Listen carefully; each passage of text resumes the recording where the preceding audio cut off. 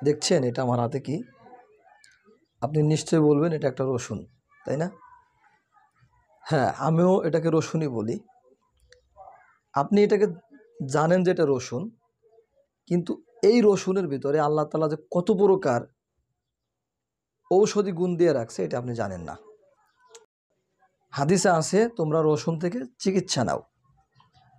তাহলে এতটুকু আপনারা পুরোপুরি শিওর হতে পারলেন, যেহেতু হাদিসে আছে রসুন থেকে তোমরা চিকিৎসা নাও, তাহলে রসুন এটা খুবই উপকারী। এখন কথা হলো, আপনি রসুন থেকে কিভাবে চিকিৎসা নেবেন? শুধু খাইলেই কি চিকিৎসা হবে, নাকি এটা খাওয়ার ব্যাপারে আলাদা কোনো নিয়ম আছে? এই রসুনের ভিতরে কয়েকটা ঔষধি গুণ আছে।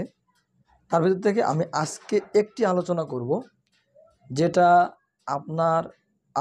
আপনাদের নিজেদের কারো উপকারে আসবে ইনশাআল্লাহ।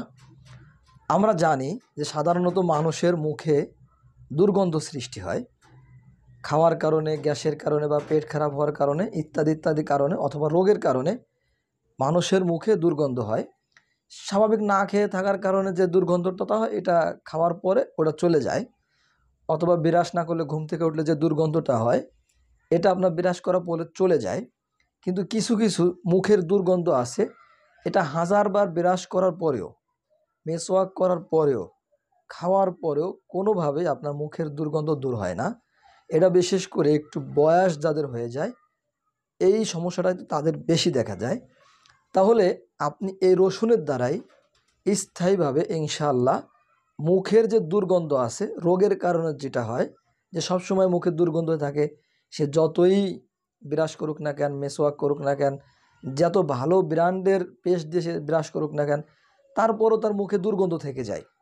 এই রসুনের মাধ্যমে যদি আপনি কিছুদিন চিকিৎসা নিতে পারেন, আমি যেভাবে বলবো এইভাবে, তাহলে ইনশাআল্লাহ আপনার মুখের দুর্গন্ধ আর থাকবে না। আসেন কি প্রক্রিয়া এটা জেনে নেওয়া যাক। এই রসুন থেকে আপনি একটা কোয়া, মানে একটা কর ছাড়াবেন। ছাড়ানোর পরে ওই করটাকে আপনি প্রতিদিন সকালবেলা বাসি পেটে 1 থেকে 2টা রসুনের কর বা কোয়া, যেটা আপনি বলেন আপনার ভাষায়, আপনি 1 কোয়া অথবা 1 কর যেটাকে বলে, ওটা আপনি খাবেন। ওটাকে চিবিয়ে খাবেন, গিলে খাবেন না, চাবাই খাবেন। শর্ত হলো আপনাকে বাসি পেটে খেতে হবে, মানে সকালবেলা ঘুম থেকে উঠে কিছু খাওয়ার আগে এটা খেতে হবে। এটা খাইতে অনেকটা ঝাল লাগতে পারে মুখে, সেই হিসেবে আপনি যাতে ঝাল কম লাগে সেই হিসেবে সাথে একটু মধু অথবা মিষ্টি কোনো জাতীয় জিনিস নিতে পারেন, এতে কোনো সমস্যা নাই। তবে ডায়াবেটিক্স থাকলে অবশ্যই মিষ্টি জিনিস থেকে আপনি বিরত থাকবেন। একটি নিয়ম, সেটা হচ্ছে প্রতিদিন সকালবেলা বাসি পেটে এই রসুনের কর থেকে 1 থেকে 2 কর নিয়ে আপনি প্রতিদিন সকালবেলা বাসি পেটে 1 সপ্তাহ কি 2 সপ্তাহ, তারপরেও যদি আপনি দেখেন যে আপনার ঠিক হয় না, আপনি আরও 1 সপ্তাহ খাবেন। যদি দেখেন যে আপনার তাও যায়নি, তারপর আপনি আরও 1 সপ্তাহ খাবেন। সর্বোচ্চ আপনি 1 মাস খাবেন। আমি আশা রাখি যে ইনশাআল্লাহ আপনাকে 1 মাস পর্যন্ত যেতে হবে না। 1 মাসে যাওয়ার আগেই 1 সপ্তাহ বা 15 দিন বা 10 দিনের ভিতরে ইনশাআল্লাহ আপনার এই রোগটা পরিপূর্ণভাবে ভালো হয়ে যাবে।